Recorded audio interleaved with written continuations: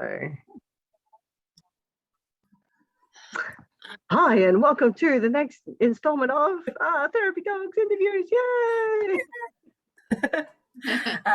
Kia ora, Anna. Welcome to our little interview here. Could you introduce yourself and your role within your school and the dog that you've got there? Sure. So, kia ora koutou, ko Anna tōku ingoa, and this is George, and we have Olivia, and we have Ruby. And at Te Ao Marama, we're in Hamilton. We're in a reasonably brand newish school. We are 3.5 years in, and I am one of the deputy principals here, and I also do the Senko role, and I do a bit of teaching and also have the therapy dogs. Oh, Cool, fantastic. Can you tell me, like, why therapy dogs? Like, why were you using George?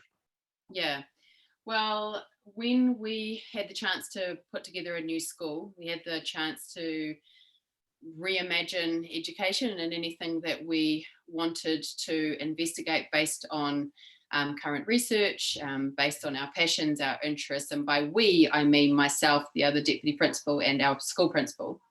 And I've been an animal lover from way back, and in my previous job, you're going to stay with us? In my previous job, I'd been in a high school, and we had, try and stay still, you guys. We had several therapy dogs up there, and I saw how amazing they were with the kids. George, come back. You're going to stay here. And I saw how well the children responded, and at the same time there was quite a flurry online of therapy dogs in schools, especially in the States and in Australia, and I started looking at that research, and I was just sold on what I'd already seen, what I already loved about dogs myself, and then what I was seeing online. Okay, Mike, come back. Sit down. Oh, no. Good boy. We're going to stay here. Good. And so we started the process really, and I started looking at having a new family dog. We hadn't had a dog for a while. I started looking at breeds and things, and started looking at what was going to be non-shedding and hyperallergenic, and all of these things. But George here is actually therapy dog number 3 at our kura. So we've learnt a lot along the way. And he is the best fit so far. So unfortunately, he is not a non-shedder, but we forgive him because he's beautiful. So I'm completely covered in here. I'm going off script again. So sorry. Not sorry. What makes George the best fit? Like, what is it about him? So he just absolutely lives and loves people. He lives for, I should say, and loves people. And you're not going to listen today, are you? So that tail wags the whole time. He loves being with people. He is really calm. He's more mature than the other dogs. So the other 2 are almost 3 years old and only 18 months old. And they're just a lot more high energy kind of dogs, especially Daisy. She's like a Springer Spaniel, so she's always sort of springy. Really springy. It's okay, but not all children like dogs, and not all children feel comfortable at first around them. So George is always like this, very zen. He doesn't jump because he's almost 5, so he's really mature, loves people, and just makes people feel at ease. And he also can cope with the kids all over him and snuggling into him and things. He doesn't mind. He just stays on a level. Whereas the other 2 dogs, it depends on their mood. And you can't train for that. You can't pick that. That's temperament. And that's one of the main things I have learned, is that despite what you may or may not do, you may not get the dog that you're after for school. And so here we are 3 times around. But I think we found him now. So yeah, it's worth persevering, but I that's going down one of your other questions. One of the things I hadn't realized was I thought, oh, if I do this and I get the right breed and I do all the right training and we do obedience and things, that it's going to work, and it doesn't necessarily. Another colleague of mine has been through 5 dogs. She still has all 5 dogs. And big house. they've got a better fit. So I think some people are really I think some people are just really fortunate if it's worked the first time. Yeah, right. Yeah.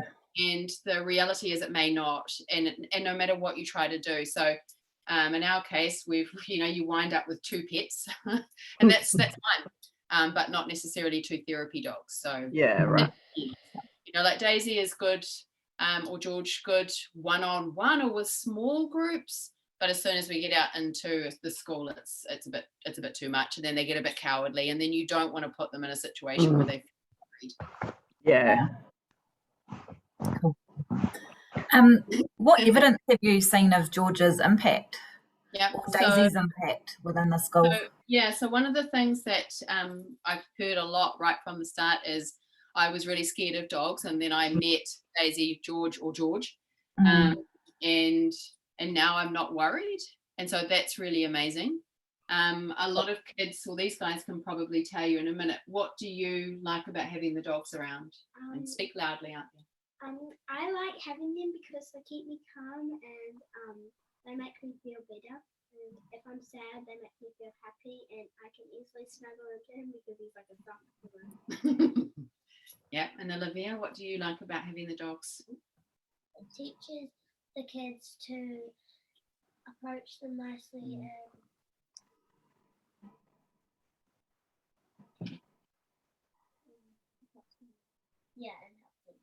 Yeah, so lots of dog education comes into the picture. Yeah. A lot of, especially our 5-year-olds, they don't know that you shouldn't really just go bowling up to any old dog and think they're going to enjoy you, or that they want to be snuggled. George can cope with that quite well, but then it's not something I like to teach them of. You can just go up and wrap your head around him and snuggle him, because he doesn't know you, and that could be quite threatening. Daisy doesn't like that, for example. Yeah. And so, they learn a lot about, being able to go up and say, "May I touch your dog?" Yeah. They can't come up to George and just start touching him. And then what I found is that a lot of the older kids will start teaching the younger kids about how to approach dogs as well, and they'll say across the playground, "Hey, you can't just go running up like that because he might get a fright." But basically they bring joy. And I remember saying to my principal, I've decided that joy actually is what we're all after, and so if they bring just joy, then that's just enough. You can read about all the health benefits of like lowering blood pressure and increasing oxytocin levels and things, and that's all true. But even with our staff, like, he is just as loved in the staff room as he is everywhere else. He just sat in with us as well for Talent Quest auditions, and he just helps make people feel really calm. You can't, Nice. they just they're your best friend, that may or may not have asked for or thought was going to come along. They don't judge you. Kids that might be worried about doing their reader, for example, in front of their reading group, won't be worried about he or Daisy because they don't care.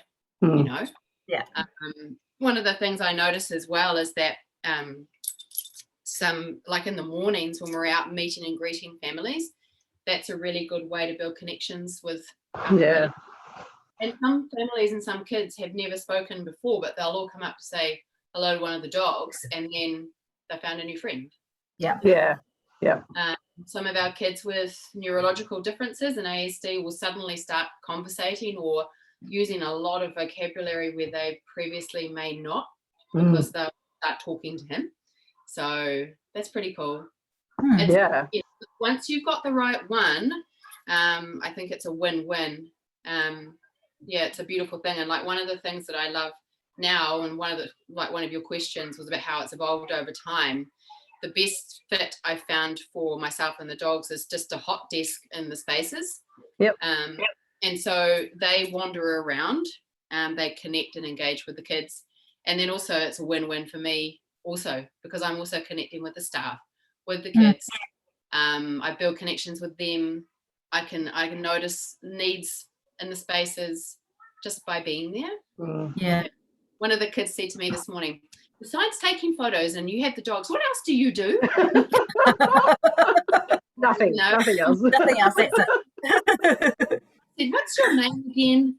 Wow. So They always know the dog's names, hey, but it's like, who are you? So this goes to show it's a when you get the mix right, when everything works, it's a win-win for everybody, I think. Yeah. That's awesome. What would going rogue again? That's fine. What would George's timetable look like on just a standard day? So at the moment, because I've been in the state of transition of bringing him in as opposed to Daisy as much, we are still building what that looks like.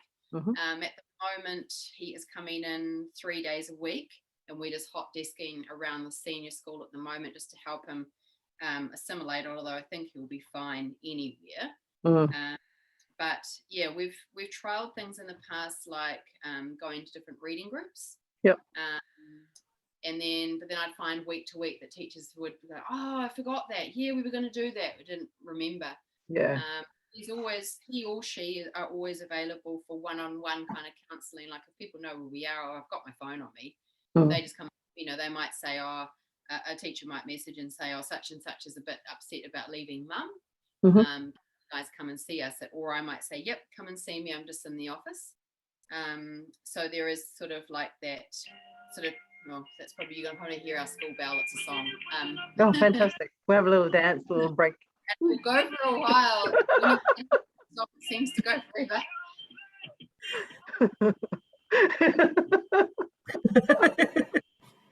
Awesome.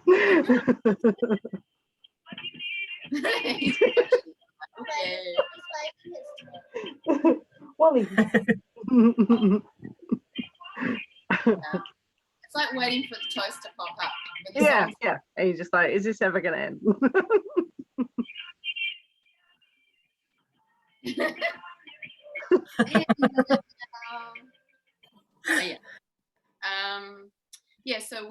So we are available kind of, without an appointment, I guess. You can come and find us.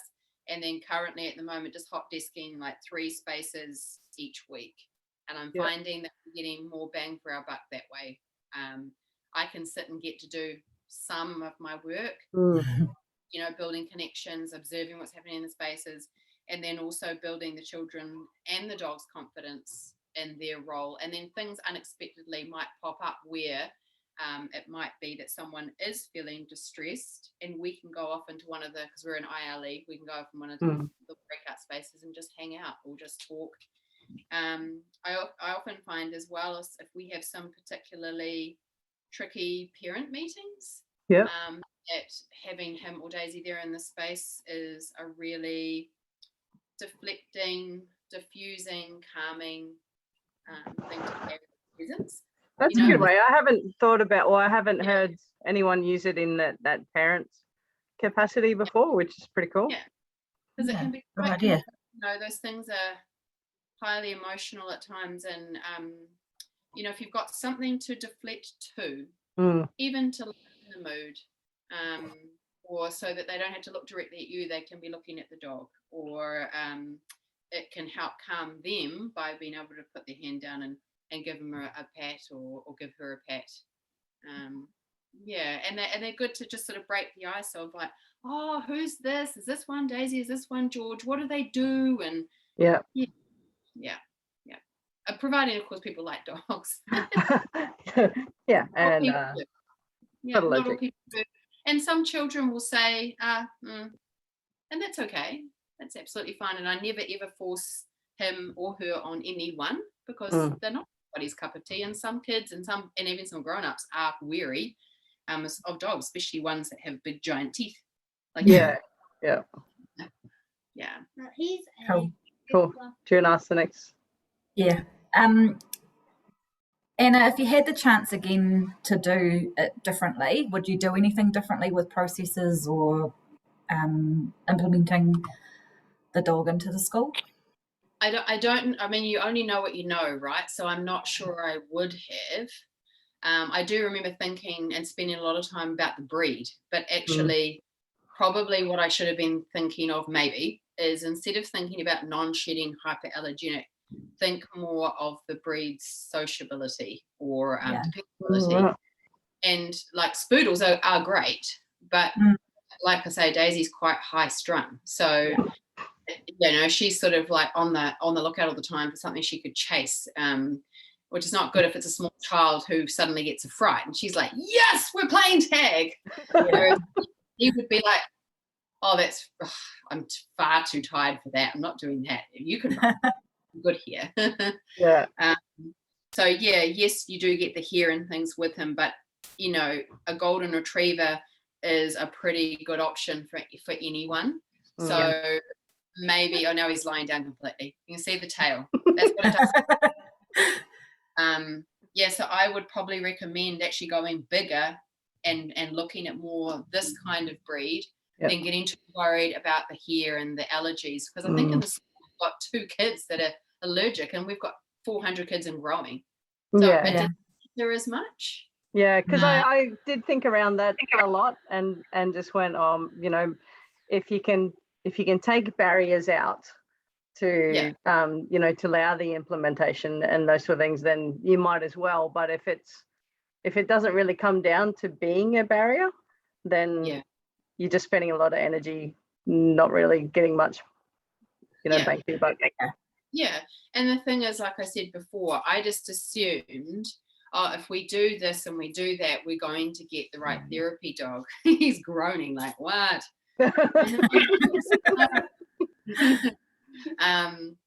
But yeah, you don't know what you don't know, and I think you can do all the research in the world and it still might not work. You also could get a dog that's older, and that might be a good idea too, because you know the temperament. Yeah. You know what you're getting. And I think one of the main things I've changed now with having George here is that instead of the kids still have to say, can I pat the dog? But actually the new rule has become, we come to you or he comes to you, not the other way around. Because 5-year-olds and 6-year-olds very quickly forget and don't understand that someone that's got 4 legs on the ground, a lot smaller than you, being approached en masse by very excitable kids with very high-pitched voices, and they can just do things really quickly and dart all over the place, that can actually be really threatening for dogs and really interesting. And like I say, I think he's pretty foolproof, but you've got to be a really good advocate for the dog and not put them in that situation, because that's just not nice. You know? That's part of the education as well for the kids, is you know, having 10 hands on the dog at once is not actually a good thing to do. It can feel threatened, and let's not do that. We look after them, and you know, it teaches them that empathy as well. Oh, so cute. Do you have any we spoke to someone from Roto Tuna Junior? Yes, Kelly. We spoke to Kelly about her dog, Florrie, and she had some procedures that you know, that people followed when they came and collected the dog. Do you let anyone else come and collect your dog to take them to? No, you're always with? Yeah, and the only reason being is that, again, being an advocate for the dogs. In a primary school, the children are so much younger. So that's the previous school that I was at was a high school, and that was with Kelly. That's seeing the dogs in action. And I've taken dogs over there as well. And the older kids don't tend to get as excitable. They don't tend to go, oh my gosh, there's the dog, and we run in a stampede across the playground. Stop up and go, oh, look, that's cute. And they might come over, but they just really don't. So in the high school setting, she had, you know, kids that were in training with all sorts of things and doing agility. in primary school, even with someone like George, I just wouldn't want to take the risk. Yeah. You know, there's always the chance they're an animal. There's always the chance that they could bite. Mm. Or chase kids who end up hurting themselves, running away thinking they're going to get eaten. And I just think primary school kids are just too little. Yeah. So I'm not going to put them in that situation. Yeah. And that's another reason why I'm in the space as well. Like my principal said to me the other day, do you think you could get to the stage where you could just leave George or Daisy up there? And I said, I'm not sure. And I don't want to rush something like that. If something happened and I wasn't there, I would feel pretty bad. And plus the teacher's role at the time is not to be responsible for the dog. Like even like when I do the hot desking, I can probably get about 30% of my work done because I'm always watching. Yeah. And that's part of my role, whereas if they're teaching, they're teaching. Yeah. Yeah. Yeah. And does he stay with you when you hot desk? Or is he sort of on lead but can roam around the classroom? Yeah, he starts on the lead, and then as long as the kids are well used to him, and they've sort of earned their license, so to speak, by showing me that they can be really sensible too, because you don't want to get him really excited. I mean, again, he'd probably go, wow, that's a lot of energy. But yeah, once I can see that they are going to follow the rules and be respectful and look after him, good boy, then I can take him off the leash, but only for short periods because it can be a little bit distracting at times too. Yeah, it takes him a little while. Like he wants to go around or she wants to go around and you know, catch up with everybody and do this and look who's over here and look what's over here, and that can kind of undo the calming effect because this stuff is like whoa. But they always settle. The dogs always settle. Kids settle, and the more that they have them in the space, it just becomes routine. Yeah. So it's just exposure that you know, the kids themselves just chill and settle with the dog in the room. Yeah, and then once they're all chilled and he's chilled, then I take him off, and then he goes exploring. Usually, they will go looking for food scraps because the kids eat in class. Morning he found a piece of ham and we looked around and we're like, yes. But he's really good, and so is Daisy, that they know they're not to have our food, so they don't go up and try and get the food. But if there are scraps and no one's there, well, okay. Yeah. Awesome. And did you encounter any barriers when you were first establishing? Our the initial establishment board for the school, I don't think it's anything personal, but I think they weren't really dog owners or dog lovers. So I went springing in there like the Springer Spaniel, thinking, this is going to be so exciting, and you know, there's this big presentation with the research and everything I could find.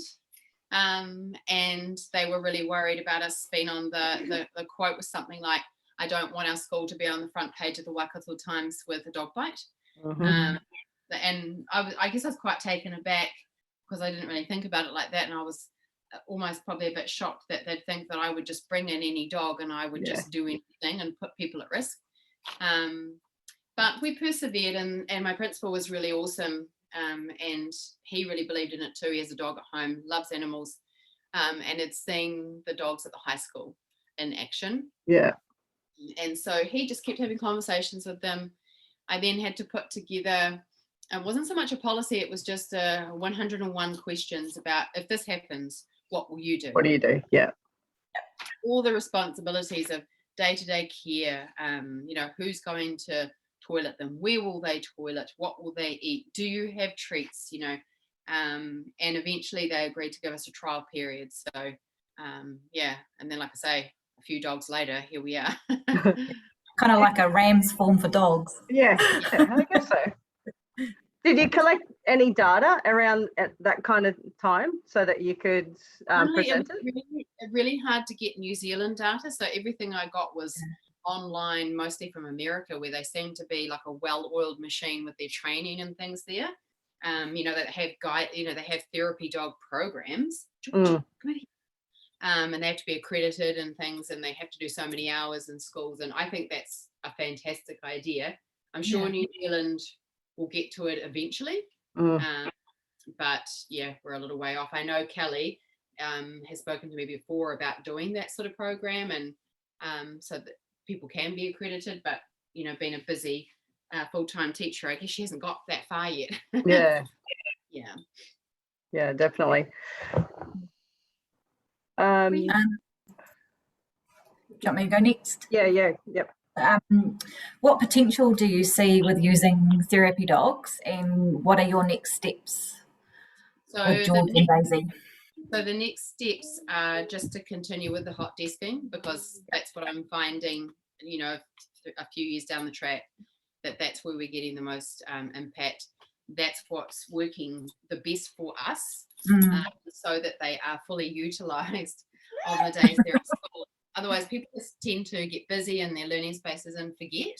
Yeah.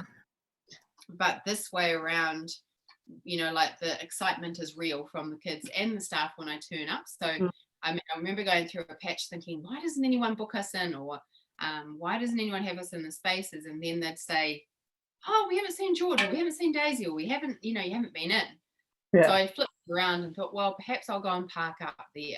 And that's a good idea. That's the best fit. So that's what I will keep exploring. Yeah, that's about as far as we've got at the moment. That's cool. Yeah. Awesome. You spoke about some of the policies and things that you guys have come up with, your 101 questions and those sort of things. Do you have some docs that you could share with us to help others? Yeah, the stuff that I originally presented probably isn't that good anymore, but definitely the 101 questions, that was useful, and it was a good way for me to reflect as well before coming into it, because like I say, I think a lot of people think, oh, this is a nice idea, I'll do that, and so did I, and it is, but it's a lot more work than you realize, and it's a much bigger responsibility, I think, than you realize. You know, because it's a bit like having children. You go from looking after yourself to looking after someone else all day, and you know, I have a busy job and I'm not often at my desk, or I'm called away, and so there's all those things you have to think about. What happens when I need to go here? Do I take the dog? Do I not take the dog? Sometimes it's appropriate, sometimes it's not. You know, am I fitting in the loose stops during the day, and am I monitoring their well-being and making sure they're not showing any signs of stress? So it's really big, but pretty cool. Yeah, and I guess there's some kind of trade-off with being able to get all of your work done, and you know, being available for kids when they need that particular time. And that's why we only do the 3 shifts as well, or 3 mornings, or 3 blocks, because it allows me to then have that autonomy for the rest of the week to go, right, I actually need to focus on the other things I do. Awesome. Well, did you have any other questions, Vic? George looks lovely. I want to pet him.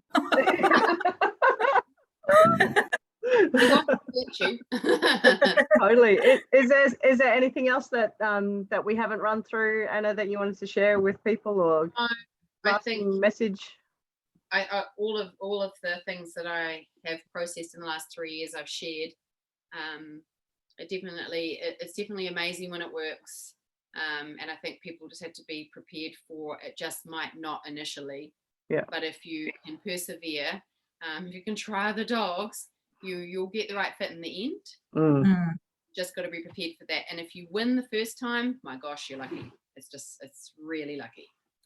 Well, that's good for me to know in the back of my head. Make sure I have space for 5 dogs. Yeah.